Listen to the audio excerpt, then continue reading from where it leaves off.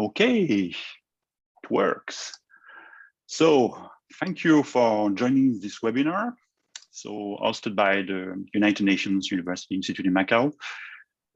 So today we have a great presentation. We have the great honor to have a presentation from Dr. Niels Farrell. So I will maybe just do a brief bio of him because there's too much to say about, about him. So Niels is the senior researcher at INRAE. So for those who don't know INRAE is the French National Research Institute for Agricultural and Environmental Research. And this institute is located in France, in Montpellier. Niels is the lead of a Couplage program. So I guess he will talk more about what is the meaning of this acronym. And this program is about developing and implementing innovative methods to support management and governance of water and territories. So Niels has a strong background in water management, but also in complex system modeling, including AI, policy integration, international project development. So I don't want to make a list here, but he has been working with an impressive number of international organizations and countries all around the world. So today, Niels will talk about participatory and inclusive approaches for enacting the Sustainable Development Goals. So as usual, this seminar, the talk will last something like 30, 40 minutes, if you agree, Niels. And after that, we'll have a Q&A session. So thank you, Niels. The floor is yours now. Okay, Serge. Good morning, good afternoon, everybody. Can you confirm, Serge, that you can see my screen, please? Yeah. Okay. Perfect. So thank you very much for the invitation to the UN University seminar. I'm very happy to make you a quick introduction on some of the work we've been doing for several years in the group, and opening hopefully some discussion about potential expansion and other issues. The main insight for today will be a kind of reconnection between what we've been doing in the Couplage program and the challenges of the Sdg implementation in general. The first idea critically is the fact that the implementation of the Sdg in reality, the fact to go from the principle to some operational changes at all levels requires to co-engage stakeholders, as most of you know very well, including citizens, and this is a strong focus for us to target population, citizen, lay people, whatever name you give, in very inclusive and very trustable participatory decision processes, not only communication through participation, which is not in our scope, or neither about acceptology, as we call it, which is just getting people to accept something, but really to get them to co-decide and co-engage in a given program. The second insight is very strongly related to our focus on participatory modeling, which is a transversal paradigm that some of you may know, where we actually trust people in their capacity to build models of different things. And the most classical approach is to deal with the social environmental system, so the territory and what people are doing in agriculture and water management, etc. around that. But that can be expanded beyond social environmental dynamics, and they can actually also build model of other things with the same benefit of sharing visions, sharing commitments, and this can be applied to co-decision rules, so participatory processes, for instance, governance, social justice, complex strategies, or impact monitoring. But participatory modeling is really the paradigm behind what we are doing in general. And the third is the fact that for long we've been working on physical low-tech methods where we have only very slightly the use of computers, and they have been validated in practice for robustness and accessibility. However, we need to strengthen the social expansion and digital approach, of course, are important in this field. And so we try to work now on how we can actually do it. Sorry, the background of our group we are a French public research unit with different institutions behind. We are attached to University of Montpellier and other institutions. At least two of them are really active internationally, CIRAD and IRD. Some of you may know them. We work on, initially we work on water management and governance, but starting from water, we actually deal with biodiversity, territorial development, land use, and many issues which are inserted in the sustainable development world beyond water. And we work internationally. We have people outposted in different countries in Africa, in Asia, and we also have several connections outside. We focus on engineering methods. So we are researchers, but we research on methods for transforming practices. And so this is really the focus of our work. Instead of being more analytical and descriptive, we are very focused on action research. And so we support public action with governments in different countries, with NGOs, community-based organizations, or public agencies or international agencies. It's a 25 years program which started on complex system management. I will come back to that later. And as you will see, strangely enough, some part of our group really have a strong origin in artificial intelligence. This is my case, in case of other colleagues. Especially in multi-agent models from the 90s, so the early stage of multi-agent models, which is a very interesting paradigm behind the fact of working on complexity and addressing the relation between societies and environment. So we work with, by, and for the stakeholders and for the citizen, the people, as I said. The focus we have is on autonomy and autonomous adaptation, which means bringing people capacity to, or capability, if we take the Amartya Sen approach, on dealing with their own situation, choosing their fate, choosing their objective, and finding ways to achieve that, even if they have restricted conditions. And the final element is that we have a strong concern about ethics. So this is true for interventions, true for the tools. And the essential ethics is the fact that when we build something using public funds, because we are public agents, we need to do something efficient and coherent with the real needs of people. So I said a few words about the background. I just removed my toolbar. Yeah. Yeah, this pathway is interesting from multi-agent system in the 90s, going toward sustainable development and integration. And it's a combination between a vision of what knowledge management and process management can be, with a conceptualization of processes, etc. And the other side, the reality of what is in the field. I spend half of my time, more or less, in real field studies with people. So trying to find the right compromise between the expectation of technology and solutions and methods and what is really people's life on the field. And the ultimate focus is supporting change. But of course, change is not always something which is decided autonomously. Very often change is imposed from outside. That's where ethics is important, because we have to address the capacity of people to decide their own change.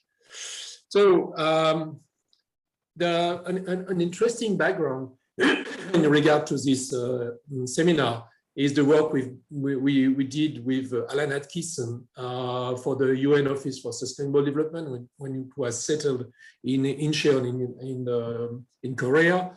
It was just before Rio +20, and we were required to make a kind of strategy for knowledge management for supporting the design of the national sustainable development strategies of the different countries. But what is interesting is that the initial request was, I would say, very classical. It was essentially capitalizing on existing knowledge base and web services, etc., and making a kind of portal, which is currently what is essentially available. We try actually to push beyond the classical approach of accumulative knowledge management, where you have data and knowledge and knowledge. But ultimately, the value added from this accumulation is not clear. And the actual request of participants in such a context is something quite tricky to requalify. So what we did with Alan was essentially to reassert that decision is really the key issue, and workflow has to be the focus. Not so much the accumulation of knowledge, but actually which knowledge is really useful, not trying to assess what is worth knowing in a given situation of decision. And so we focused on decision support and the idea of sustainable development planning accessible for all. So for all means government, because that was the initial focus of the Office for Sustainable Development, but also for people, and going down to lay people with the problem of illiteracy or access to internet, etc. And of course, we essentially made a recommendation and we proposed some processes. And I just want to come back to this, which was a component of our report in terms of procedure. And it is pretty procedural, and it is also multi-level and inclusive. As you can see here on the right part, you have columns with different set of participants. And these arrows shows the options in terms of intensity of participation. And this is very critical because, of course, if you take the usual mainstream approach of the UN policy sector, it is strongly focused on what we can call the SD process managers, the people who are really steering the stuff, and then the policymakers. And going down to the stakeholders, when we, in the UN language, most of the time when you speak of stakeholder, you are still at the level of intermediary stakeholders, not so much the final people and population. And this intensity is difficult to achieve and reach in the system. So this is part of the thing we try to tackle, and we made some proposal, and we even developed kind of pre-prototype with a colleague from UN called Ola Goranson. But ultimately, it was not clear that starting from the top level at this time, we were discussing with the UN DESA headquarters in New York, etc.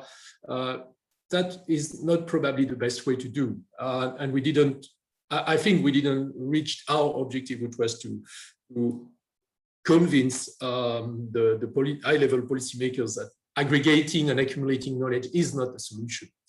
So where are we now in 10 years later, if you want, after Rio +20, after the expansion of the SDGs, etc., etc. This is part of my address today. So of course, coping with the SDG is essentially coping, as you know, with very complex problems, especially when we want to address the whole bunch of SDGs, the themes, the sub-themes, etc., etc. And on the left, you have a work by Biggs and others on the Nexus vision. Well, one of the Nexus, because there are several Nexus, but one of the Nexus vision. And on the right, you have another vision of the knowledge dimensions of sustainable development. And well, essentially, as we know, it is very interlinked. It is very connected by always. So the problem, of course, for us now is in a context of participation, of real participation with people, how can we get people to cope with such a complexity? And we will have to find the right level of simplicity in this complexity. And this is part of the challenge. The question is whether we will choose methods and procedures, or whether we can choose tools which are actually supporting this coping with complexity.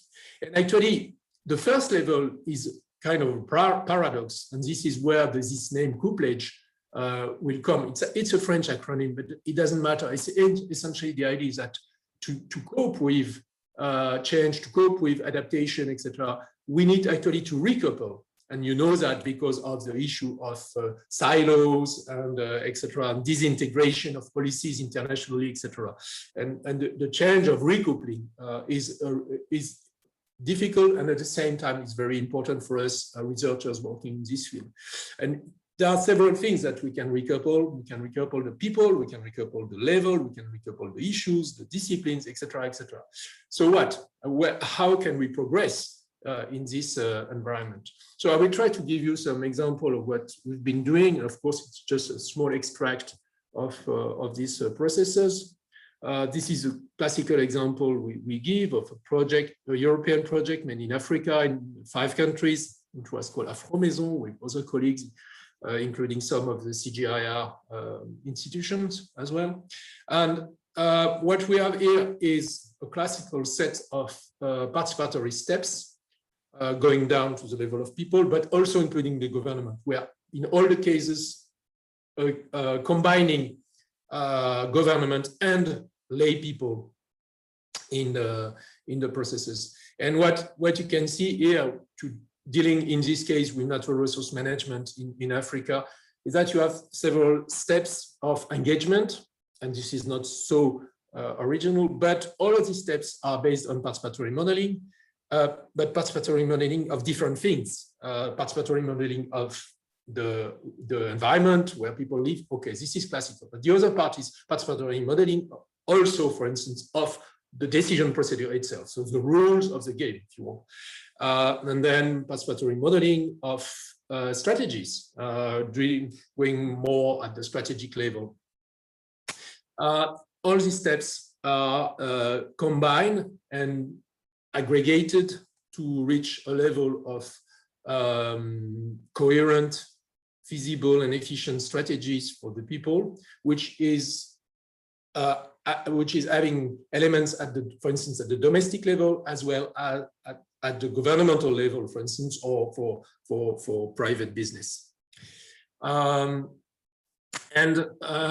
essentially, with a multidisciplinary approach and a multi-level approach, the processes we are supporting always have kind of these structures that you can see here. This is a Uganda case, where in time you have several sessions where people are entering and combining tools to achieve step-by-step changes in their vision or changes in their expectations or in their commitments. And you find everyone from the national to the local level. So behind that, what are the essential rationales of this couplage approach? And couplage being a paradigm, it's an approach and it's a set of tools. So for us, it's a research program for the group. So the first rationale is the fact that we want really to support all stakeholders, from the community members to the top policymakers, going up to UN if it's required, discussing and engaging change strategy. And we work on social hydrological system, but we've been working on biodiversity, the fringes of urban systems, sanitation, several issues related to energy in some countries, etc., etc. I'm dealing with, I don't know the actual number, but 30 to 40 countries where it's been used. Improving sustainability, not of the achieve element, but the change pathway. So the idea is that what has to be sustainable is the trajectory by itself. In this idea that the means which are committed for the trajectory have to be controlled, and then you must have something which is also fair in terms of, or equitable, if you want, in terms of engagement of people. And then one idea which is critical is to see to which extent it's possible to reduce external intervention. So it can be taken either from a kind of post-colonial perspective or from a kind of also public economy perspective. And it has similar consequences. And then the idea is to go towards self-conduct, etc., and potentially local institutionalization in the spirit of course, the common resource management, a la Ostrom, etc. Of course, we are scientists, so the challenge is to develop a science and related to this. It's not only a kind of consultancy process. It has to be generalized, and there must be some comparison and repetition so that we are able more or less to get results about the real impact of the elements. That's where monitoring and evaluation is critical, because it will give us, not only us, but it will give also to the people themselves a vision of their own progress and changes so that they can readapt dynamically. And we are going, of course, to a perspective of adaptive management, which was, for instance, expanded in a past European project called New Water with Claudia Paul-Bonsel and others. We source in what is called companion modeling. Companion modeling is a group and a paradigm and a posture which was developed in the early 90s by a group of researchers, mainly in France, and which is following a post-normal perspective of the style of Rich and Ravets, where we tend to legitimate the point of view of people. Not to say that when people assert something, it's true. No, it can be, of course, a set of totally wrong perspective on the world, but at least the people must be able to express and enter the decision process. After that, we must manage that there is a confrontation between what is known about the reality and what people assert in the system. And so they can contribute to building models. Of course, they can work with experts to contradict sometimes the wrong vision, etc., etc. And there are several ways of engaging that, but what's important is this relation between models, reality, and experiments. And experiments can be of two kinds. An experiment can be a real-world experiment, so you try something alternative, or what sometimes people do in semi-experiments, etc., which gave a Nobel Prize recently. And on the other side can be also computer-based experiment in simulation, or it can be, for instance, role-playing game. Role-playing game is a very important apparatus for us in the process. But what is essential is this cycle and this relation between simulation, modeling, and the field analysis. And several things have been done. I invite you to go to the commod.org website to have a look. So in this spirit, and following what I've shown for Uganda, we've been developing different tools focusing on decision stages. The decision stages we consider generally are pretty classical, but not totally classical. The first one is not so classical, is the preparation of decision itself. So for instance, deciding about decision, okay, deciding about participation is a very critical element. That's where the social and institutional rules are predefined by the participants. It's not the case most of the time because the process is imposed from outside by the government, by the public institution. In our case, we have a participatory modeling process addressing the participation itself. So people are engaged in modeling their own participation. That's where we have this method called prepar, like pre-participation, prepar, which we use. And it's an example of one of these two. We work on diagnosis, and diagnosis can include, for instance, governance diagnosis. And there is a tool which is called SMAG, like self-modeling for assessing governance, which is a tool where a group can actually rebuild a representation of its own governance system. Or we have also tools related to participatory observation, where we ask, or citizen science, where we actually ask people to decide which observation and which science they want to build. So most of the time, citizen science is, again, imposed externally by scientists or experts, and people are committed to just collect data. In this case, we first ask people what they are interested in and to re-question their own environment. And then we have most of the most famous tool we've been developing, which is the theory of water game implementation, where we have more than 150 different implementations worldwide. Water game is the kit for modeling. It's very simple, very basic, where people can model their own situation and use it for role-playing game and transformative game. So the essential idea here is that we don't put a game on the table. They make their own game for their own needs. Okay. Some of my colleagues deal with future visioning and foresight. I won't elaborate on that.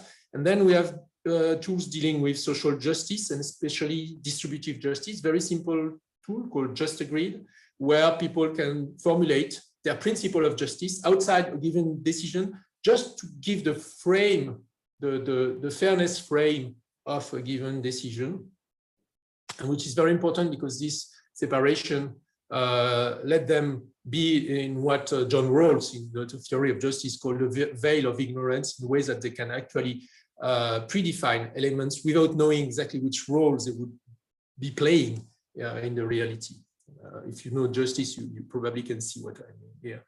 And then, of course, planning by itself and multi-level participatory planning, where the essential point is simplification of some complex economic technical problem in a big plan, but integration of everything. So it means that in the same plan, you can have technical elements like building dikes or irrigation channels, etc., of education, economic instruments, and very social dimensions like, I don't know, getting people to play football to reduce conflicts. Okay, this can be combined in the same. So, what time is it? Serge, what time is it, please? 3:30. Okay. 9:30 for you. Thank you. Okay, so this is a set of tools, and I just make a quick overview of the tools, and then the presentation is of course accessible. So participation is this participatory modeling tool on participation itself. So people would actually build a plan and the rules of participation, which is very in line with this idea of the Aarhus Convention, where you let people decide their own conditions of environmental fairness in the procedure. So the essential elements is to get people to decide the roles and methods in the process. So who would do what in the future? Of course, the plan of participation which is made is not a totally rigid plan. It can be adapted later, but it gives a vision of the distribution of power. And people can discuss this distribution of power and clarify the relation, for instance, between government and people to improve trust. Because in this case, there is a clear mandate on both sides. Yes, we have elected representatives and they are democratically elected, and we will work with them. On the other side, you have citizens who have some vision of their own life, etc. So this, what we call participation contract, can be produced by this way, and there are referential for that, which is shared, and then participants can actually co-design a participation plan in this context. This is, for instance, what we are doing now with the Tunisian government for decentralization of natural resource management in Tunisia, and I'm going there at the end of this week to go on with this long-term process. What is interesting is behind that, and something we find also recently on the New Caledonia government in relation with autonomy, is the relation between the process and the structure. Of course, there is one dimension, which is which structure is emerging from this discussion. Structure is, for instance, the institutionalization of new committees, again, in the spirit of Nino Ostrom, of local management group, etc. And then how it would work. So about water game has been widely used. It's been used for getting people to build models and games in many cases in the world. The essential idea is the fact that we have proposed a very simple physical tool, which is a bag with cards and marbles. The cost, the production cost is like 25 euros or dollars. And normally people can take it and make their own model quickly. And the model, it can be used later for exploring change. It is essential. So many people do serious games now, and etc. Then in this case, it's a game on the game, because it gives capacity to build a local game and then go towards something which is more flexible and also appropriated for local people. So what we do practically is make what we call second order transfer and second order outscaling. By training trainers, we are able to get people to make their own game locally, which we did in different process. And of course, it's a self-expandable process. It's a cascading process if you're viral. This is example in Kenya with IFAD and others. Behind that, there is digital tools. We have an online MOOC, which now exists mainly in French, in English, and we have the Spanish and Portuguese version, which has to be just put online now. And the process with students or professional trainees, extra, is to get them to follow the MOOC. So we don't make any kind of direct training, but then we support them in building their own case study analysis, full case study analysis, including mapping, including modeling, including game design, including planning, etc. And then they can make products on their case.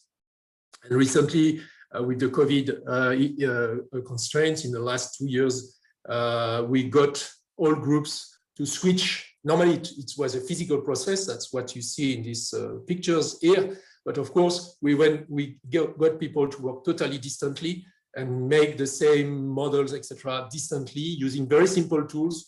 We are obedient to Google, I must say, because it's very simple and it gives us many facilities which are very convenient.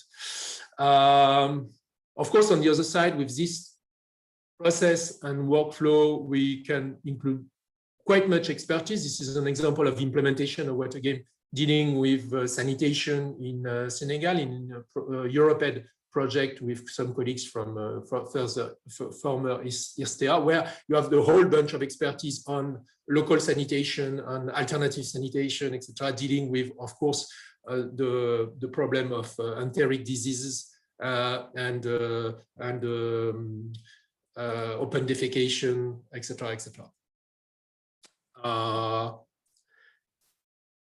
Okay, just skip this one and going to planning. The co-plan method, so is, as I said, a method which can easily combine very different heterogeneous elements and get people to share at least a common language for expressing their proposal of options and putting them together. So it means that if all proposals of action can be expressed with the same meta model, in this case, there can be a dialogue between different and heterogeneous things. And this meta model essentially has two dimensions: the resources which are used for an action and the impact, the expectation of impact for the action. And that's enough for getting a dialogue. And it gives, for instance, access to multiple strategies from sub-communities, from government, putting that all together. A strategy is a set of actions. So, for instance, in this case, we are dealing with, I don't remember exactly, but I think 180 actions in the strategies, and a total of 30 different strategies merged into a territorial strategy for Western Uganda in this case. This is a strategy where you see the strategy is multi-scale and multi-thematic. As an outcome. The last version, again, is digital version where people are doing the same, projecting, this is in Tunisia, projecting it in a simulated space. And so you have a combination between strategic design and implementation in space. Final tool, before I go to the co-pilot side, is dealing with monitoring and evaluation. So monitoring and evaluation, most of the time for donors and the big organization, is considered as a control process. For us, it's not a control process. It's an autonomy process. It's a process by which actually we give back to people the capacity to know where they are and where they go, especially in terms of social change. Most of the impact monitoring is related to environment. And in this case, we try to focus more on the social dimension, and that's where we have this Encore Framework. Encore is an acronym for external, normative, cognitive, operational, relational, and equity, which is essentially a way of looking at the situation, the social situation. So we get people to engage into thinking on their situation with this dimension and reflecting on that. Of course, there is a dimension of context, dimension of process, which is a classical procedural monitoring and evaluation. So how it goes on, who comes to a meeting, who speaks, gender issues, age issues, etc., power issues, and then the outcomes in terms of social transformation, social learning. Well, it can be a bit complex in terms of implementation because you need to measure different things. And actually, you don't need to measure. You need to get people to measure for themselves. So there can be a dimension of self-evaluation, of self-monitoring. Again, because social expansion, you can, as an expert, you cannot be there all the time. You cannot get an anthropologist to be everywhere. So you must get people to manage with that and use simple tools. So now, to conclude my presentation, I want to say a few words on what we've been doing since 2017. As I said, we have a background in AI, but we set aside strong computer-based tools and digital elements, some side supporting elements, but it was not central. Now we've been working more on mirroring the low-tech tools in a digital version, a web platform, with the idea of improving the coupling between the different tools I've shown, and supporting, of course, social expansion by the use of internet. This is obvious. And then processing data. Of course, with all the ethical issues behind the processing of data, but one issue is about participatory workflow. So the fact that we want to get managers and participants to know where they are in terms of the process, how to organize the process, designing the process, etc. We want to get processing of the social routines. What is the social routines? This is the way how people debate, the way how they speak, the way how they interact, etc., and how you can use that. Several people work on that, on e-participation or e-debate, etc. It's important because it can help managers to say, okay, we have not addressed these issues in the SDG. For instance, this part of the SDG world has not been addressed, etc. Then you can reconnect also to expert sources, and that is where classical knowledge management can be interesting, where you can reaccess to data and bring it more easily in the debate or in the dialogue. And then globally helping the pilots, which can be public pilots or alternative NGO pilots sometimes. We work with a social economy company called Resurgence, and we've been developing a meta model, which we have published again recently in IEMS, to make this platform, which is operational now. And we start using it in 2 regions in France. And this is the implementation we have of the Prepare platform. Of course, going to the digital and without having many design means, I would say, we still have to improve a large part of the ergonomy accessibility. So this copilot platform is having all the tools. You can see that this is the main bar. You have Prepare, Coplan, Encore, Water Game, and self-modeling for assessing governance. And we really want to support all the steps. And this is devoted to all categories of users, ultimately in the process. So we come back to what we expected to have sometime in the UN world with this UNOSD design 10 years ago, and now we are doing it ourselves. And we hope that it will be available. Most of what we do is open source and public access, of course. So this is my conclusion. For us, the main challenge and the main question, of course, is on change. Everyone knows these days that since the early alert of the 70s on climate and energy resources with World 2 and Meadows report, etc., we haven't moved so much in terms of real radical transformation of the policymaking processes. We've raised indicators, the Millennium Development Goals, and then the SDGs. But so what? I mean, the question of the actual implementation transformation is still very high in the agenda. And 3 days ago, the IPCC again alert. Okay, now how would we change? And that is where we really believe that we have to expand alternative tools for going much further than awareness, going toward co-engagement in change, and also letting people realize how much they change, they don't change, equity issues, extra. And behind that, of course, very strongly the power and the politics is fundamental. Participatory modeling, with this idea of getting people to model their situation, being acknowledged in this capacity and be recognized in the use of this model is critical. The digital strategy we have is very strongly focused on the procedures.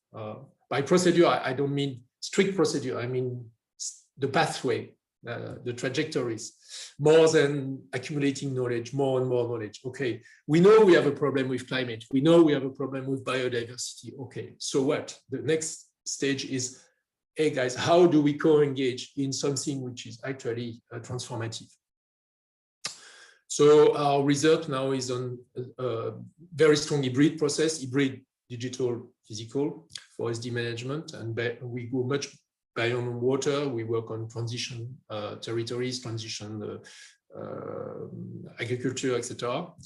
How can we build transformative value out of the observation of the decision process? So if we go for digital, we are able to capitalize on data of what people are doing in the decision process, and how can we actually use this data to improve the process itself.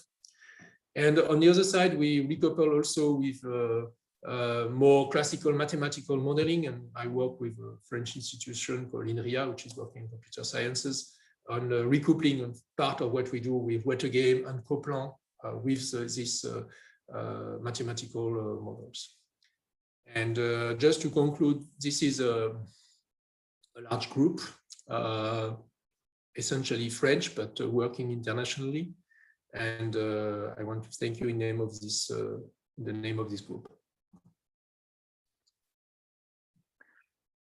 Thank you, Niels. Thank you for this very broad overview of what you are doing since many years in this research program. Do we have any questions for Niels?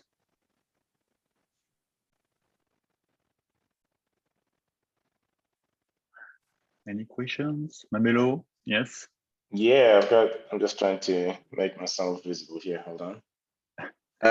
Yeah, thanks very much for that great presentation. I've got quite a few questions, but maybe starting off quite broadly high level. So you mentioned at the beginning the importance of ethics within your work and paying attention to that. I'm just wondering, how do you guys, first of all, define ethics within your work? But I think more importantly, how do you operationalize this ethics goal within your work? Because I think sometimes it's easy to for that to be an aspirational goal, because of course it's the right thing to do. We have to be ethical, etc. But sometimes you find it difficult to see how that's being operationalized in projects, both in terms of how is it evaluated, whether you've been ethical or not, etc. So I'm just curious, how have you guys been able to operationalize that idea of being ethical within your research project?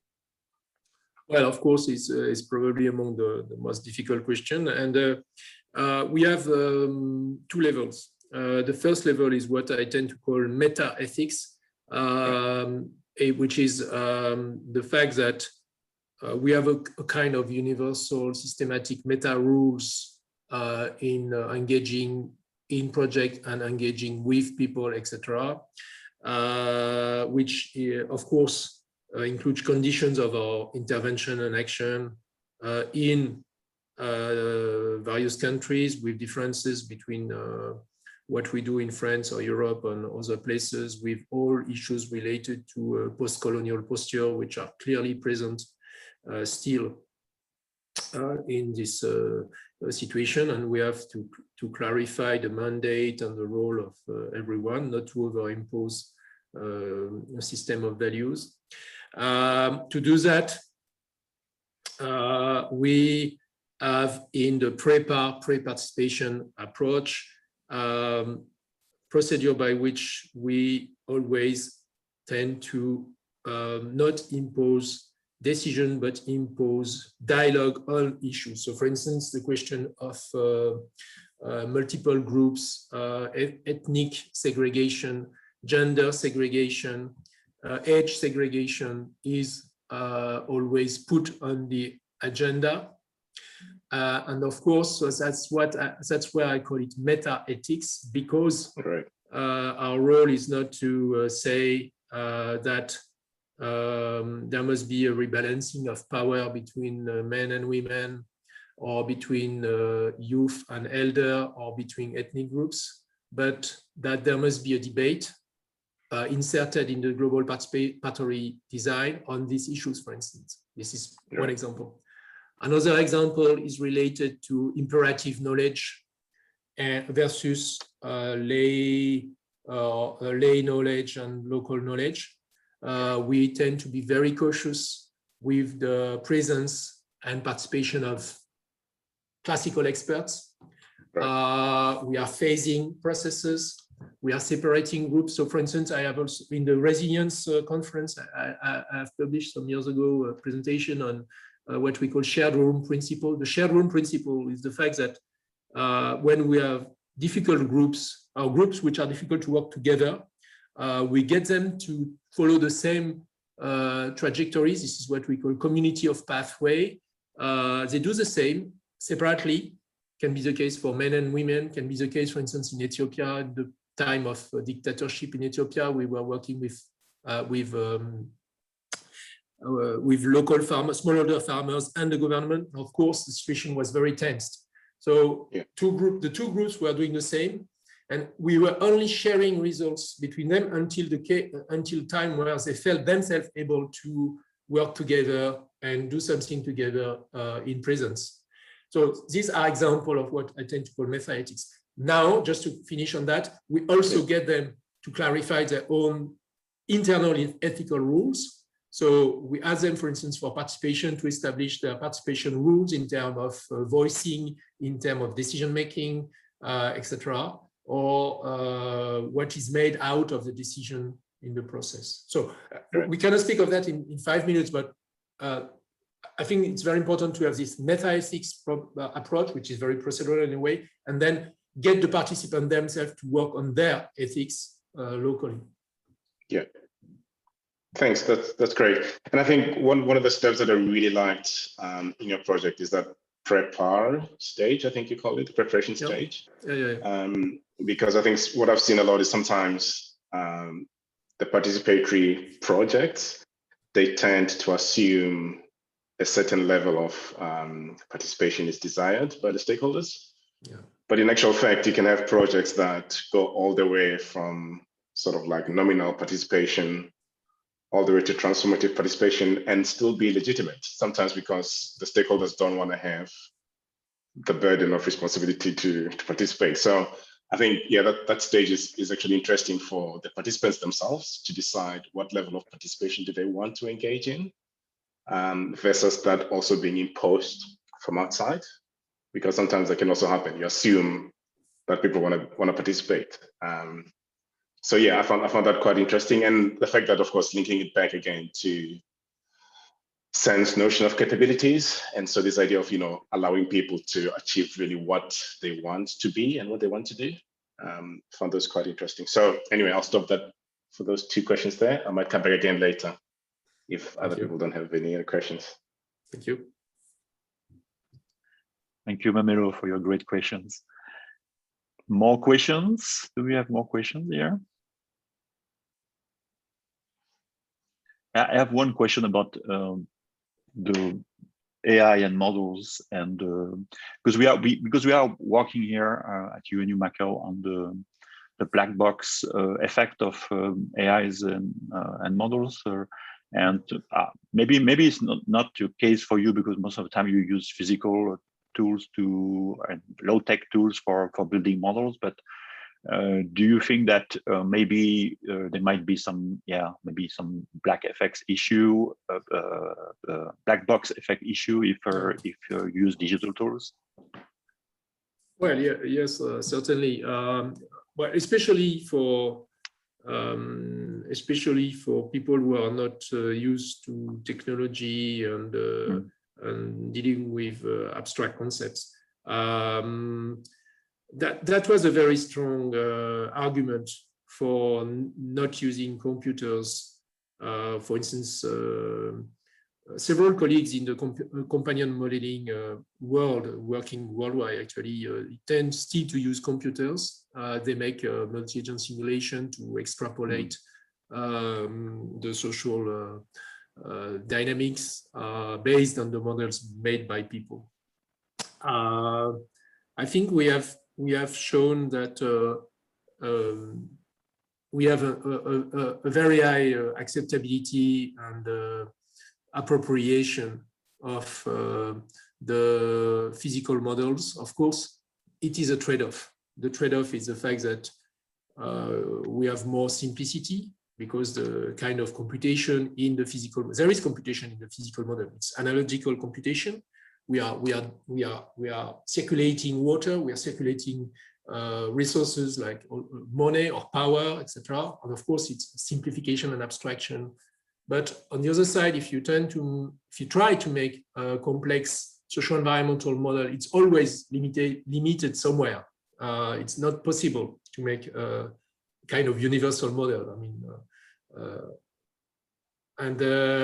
so there are limitations, and we want also to cope with the question of uncertainty so that people are able to deal with it. But there are other limitations which are more problematic for us. We try to deal with change. So the question of change, if you have a model which is not predictive, because the physical models are not predictive, you can only put on the table questions. You cannot make real claims about trajectories and evolution, etc. In the non-linearity in the system, they are present in this physical simulation and models, but the real value, the crossing of trajectories, etc., in this system is very, very contentious. So we endorse also in the discourse, and it's coming back to ethics, the fact that none of this model is representing a prediction of reality by any way. And the last argument, which is in a way an argument in favor of using computers, is the fact that we cannot do any kind of stochastic exploration. When you make multi-agent social simulation or social environmental simulation, you are able to run several experiments with Monte Carlo, it's technical approaches which are changing parameters and exploring the stochastic spaces, which of course we are totally unable to do, because when you do a simulation with people, you do one simulation, the next simulation they have learned from the previous, so it's not even the same than the previous, and you cannot do more than 2 or 3 because it takes time. So all of these are arguments that must be balanced in this vision. And but it's clear that the black box effects is something we tend to fight against, and that's where also we have this mirror low-tech approach of digital. So it's let's make something which is physical first, where people know exactly what is on the table, and then make a digital mirror of this low-tech stuff, and then we are in a trustable cognitive environment. Yeah, I really like this idea of digital mirror. Yeah. Other questions? Gabrielle. Yes, hello. Hello. Hello. Guten Tag. Yeah. Guten Tag. Serge, thank you for inviting me to this webinar at the short term. And thank you very much, Niels, for your very interesting presentation. Yes, Serge invited me because we had a participatory modeling workshop during last week with a group where also Marmello has joined, and we are working or modeling on the basis of how to say a holistic systems approach, to say in several steps we make that analysis, but it's a kind of collaborative analysis as with the stakeholders, of course. And the interesting thing is, of course, we do some modeling with people with computer-based tools also, but not in the sense of a stochastic or so, ideas about how future can develop. But what I experienced, so to say, we are doing a lot of projects over many years, like also 20 years or so, with communities in Europe, also in Asia mainly. until now. And it's very interesting when people understand the systemic interconnection of what they are doing. Also in the sense of the participation, of course, they are included,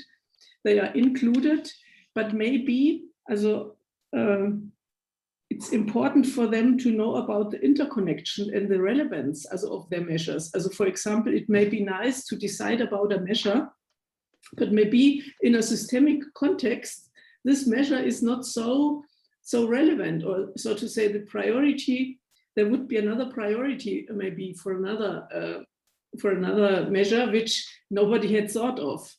Maybe. And so this is why we are doing this exercise, where also Serge and Marmello participated in last week, and which was initiated by Professor Franz Gatzweiler from the Institute of Urban Health in Xiamen.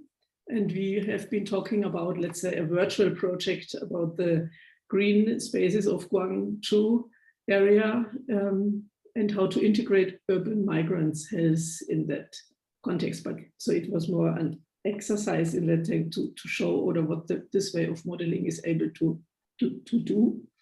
And I think this is very interesting order to connect these two things, order to work manually and with a lot of pictures and papers and so on, integrate people, but then also make a conclusion as what is the systemic relevance. So behind me, you see like two kinds of these models. So you have some areas and they are interconnected and they are described with scales. So at what level are we actually and how do things interact? And so maybe you might be interested, so somehow we could connect once and just see how things work.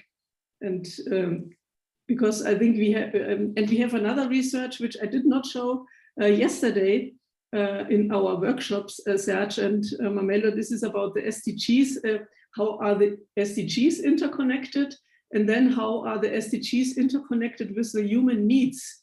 So to say, because we have not much time now to reach the goals, sustainable development goals and climate goals also.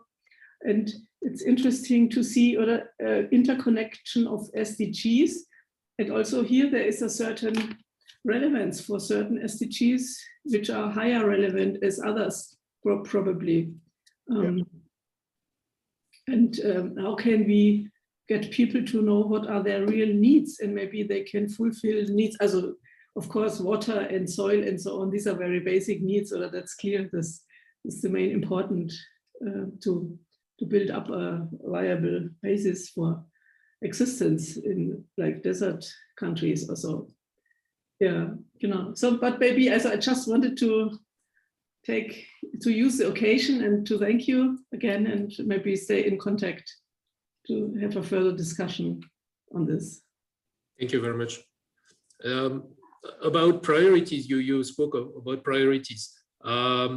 In social choice theory, this question of priorities is, generally in public policy making, is very important. When we deal with participation, about priorities and clarification of orientation and direction, there is one stage in this loop I showed before, which is the time of choice. But the time of choice is totally framed and driven by the production of the alternative, the initial space of choice. And this is where the real stage of participation is the most critical, because in the same spirit as the problem of prepare for setting the participation arena, there need to be a very open space for building the alternative strategies among which a choice has to be made. And for instance, in Tunisia, where we are supporting the government in a real decentralization with strong participation, we work in 6 regions, and currently we have 11,000 proposals of action, 11,000.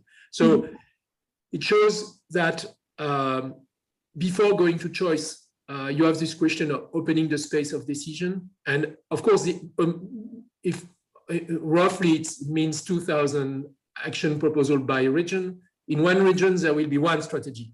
One strategy is a set of action. So it can be, and there is money behind because there is an implementation budget of almost 70 million euros. So it's not virtual. And so they have to choose for each region, and they means everyone. I mean, we have local committees with men, women, youth, etc., working on that. But where the real choice is made is during the first phase, is during the design of this strategy, where they say, okay, now we reaggregate elements and we see how jointly they address our life. And then maybe there is a kind of more greeny strategy or a more economic development strategy. But they just put the bricks together, they build something which has a shape of a house or a castle, and they choose at the end. But the pathway together is the most important, and at the end, the choice is made with different system of voting where we rebalance power. Again, we have collegium in the system, etc. I think we're on a stage. I mean, you are addressing cybernetics and systemic approaches, which started roughly in the 60s or 70s, and there are several models existing. Now, what is important is the fact that we reopen it to everyone, and we manage to, and that's where the digital can help. We manage to help conceptualizing some of the consequences. The problem is computing consequences is not something which is trivial at all. I mean, if we deal only with hydrology, that is fine. But we deal with hydrology, we deal with ecology, we deal with sociology, economy, etc., all together.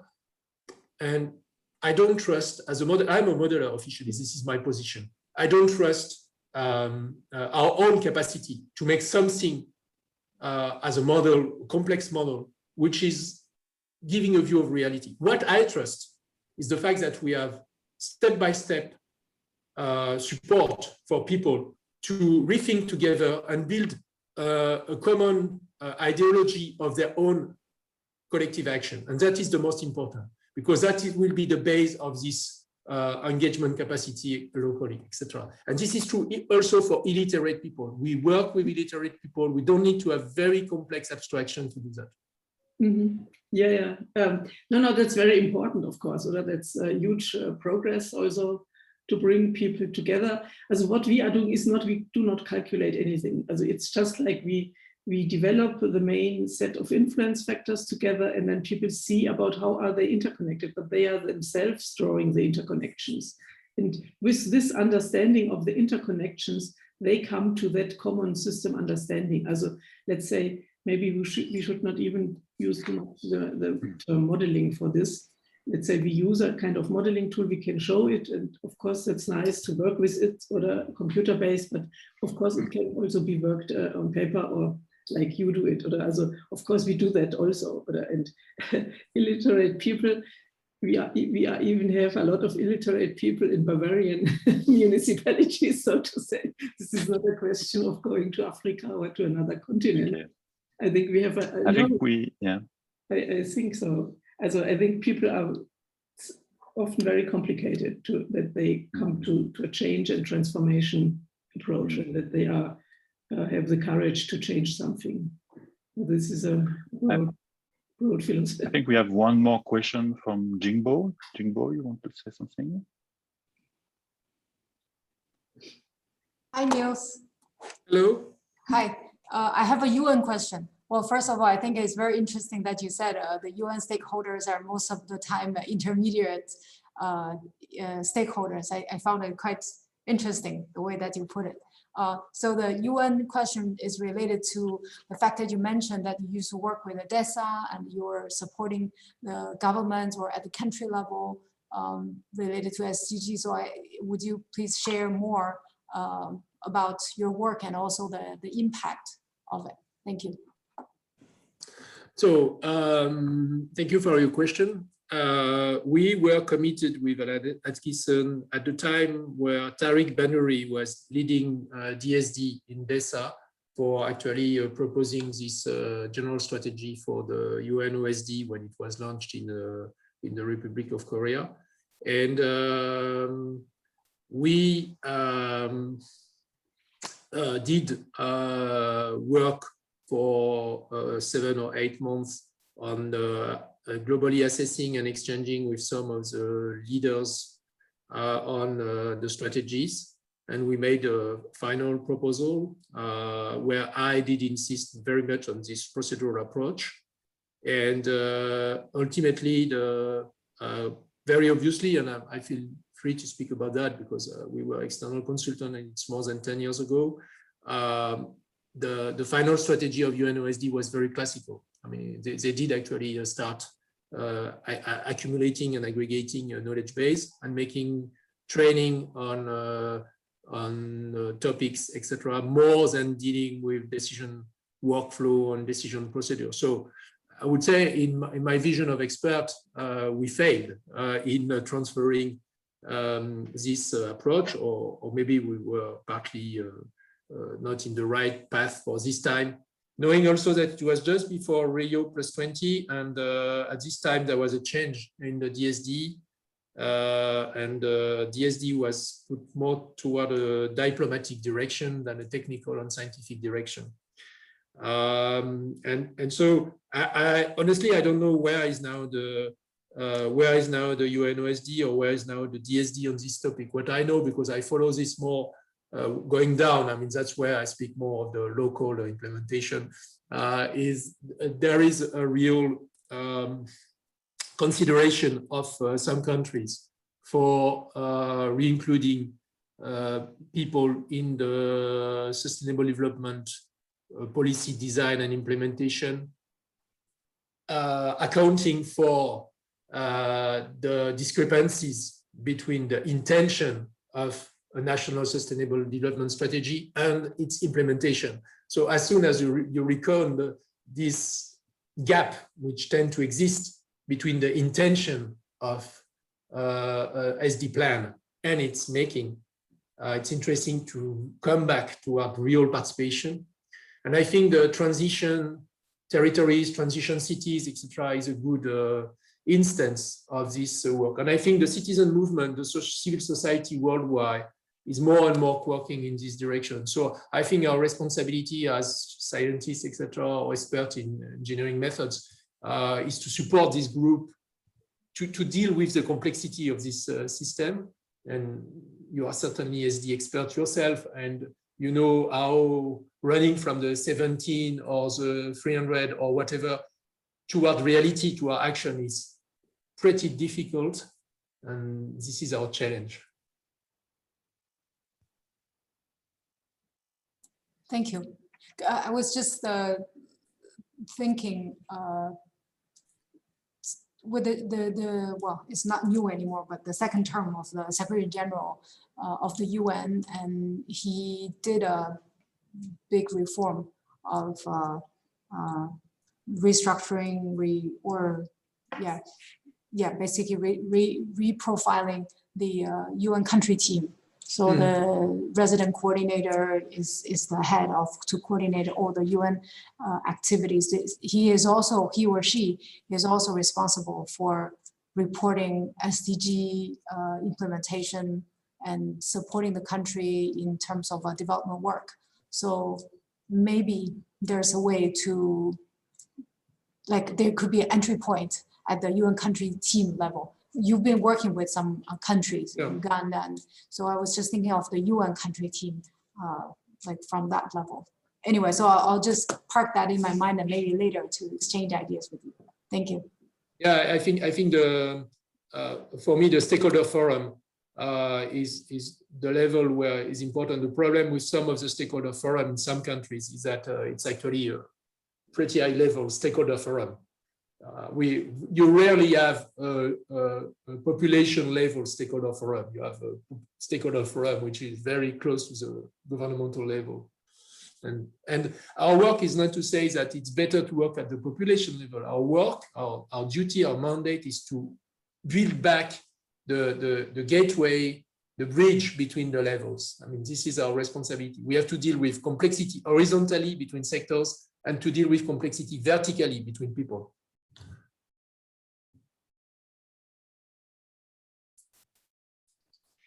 Thank you, Jimbo.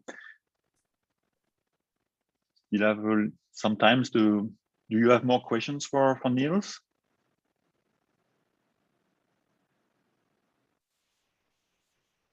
No, we have done for today. Mamelo, Gabriel. No more questions from me. That's great. Thank you. Okay. Fine, also from my side. Thank you. Yeah, thank you very much, Niels, again for your very great presentation. I really enjoy it, and I guess all the team really enjoy it. Thank you, Gabriel, for joining us. Nice. So let's stay in touch, and I will send the video to our colleague to UNU in where I guess they will be very interested by this presentation, and maybe we can discuss later about that with you, Niels.